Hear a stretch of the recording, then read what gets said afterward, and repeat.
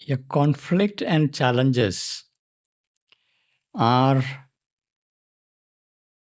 always in proportion to your capacities. And the great ones who have a great mission also will have great challenges to deal with. And very few people would understand them. They have to follow their inner call. And particularly those who are change makers, those who are disruptors, those who really change the tide.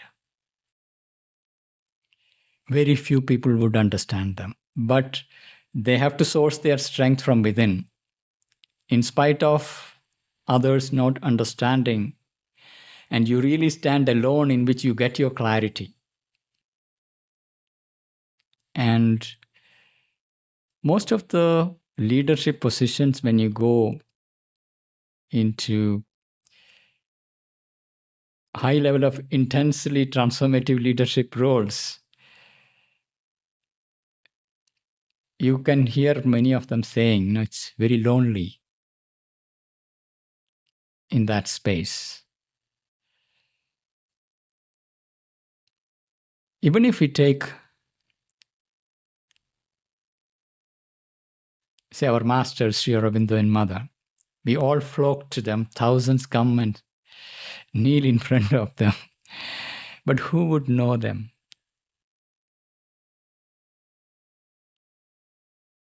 We only see that intimacy with which they connect to you and offer their love and healing and protection and wisdom. But where do they stand without anyone understanding them?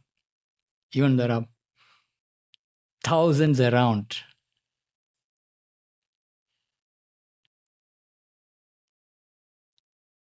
So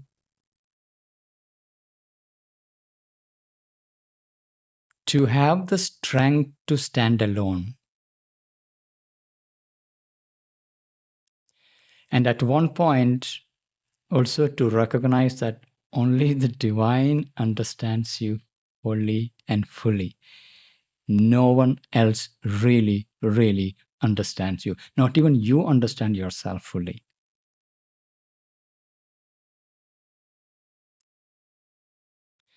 And to really be at home, being alone,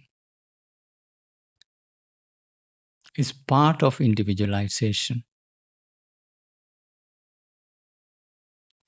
Till then, we build our identity in relationships.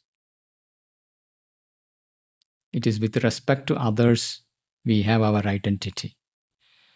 Then you differentiate and become an individualized soul.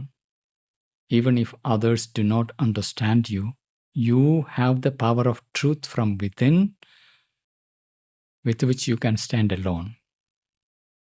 And from there, really the relationship with the divine as the first foundation with which everything else fall in place.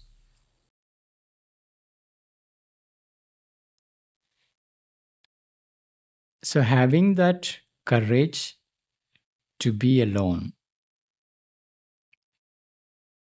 and even to be alone in a crowd, even to be alone even among the loved ones who loves you deeply,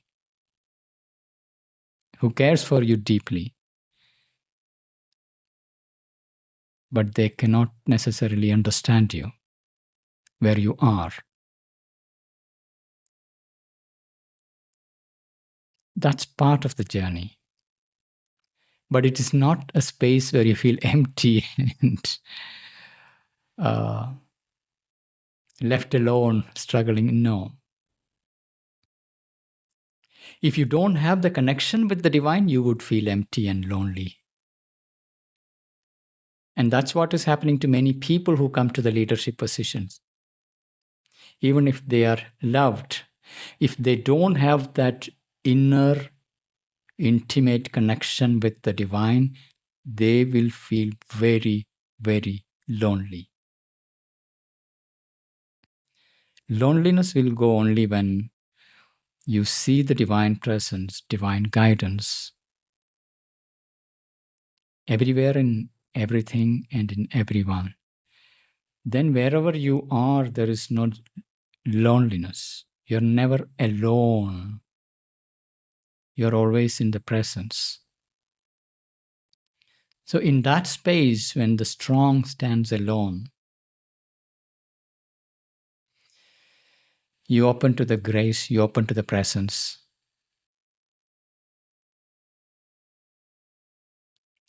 That's a very different level of being, where that solitude is very precious. It's rich.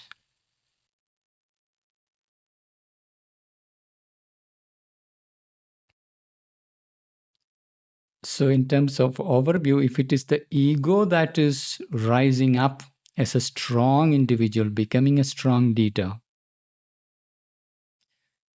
then loneliness is bound to increase.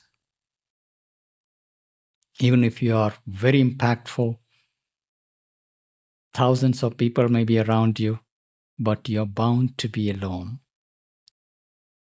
Solitude or loneliness, you cannot trust anyone. That's the suffering of the ego. That's where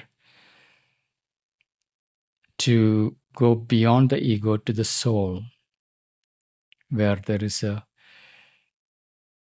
solitude that is rich in presence.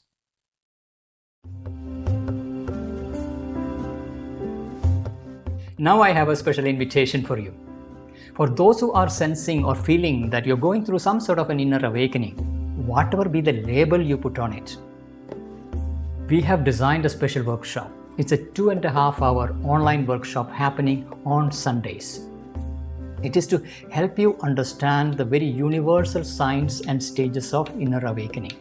So once you understand it, you can know where you are in this process and consciously accelerate the journey. And workshop is not only about awakening, but it is also about karmayogi, becoming a karmayogi. That is yoga of action.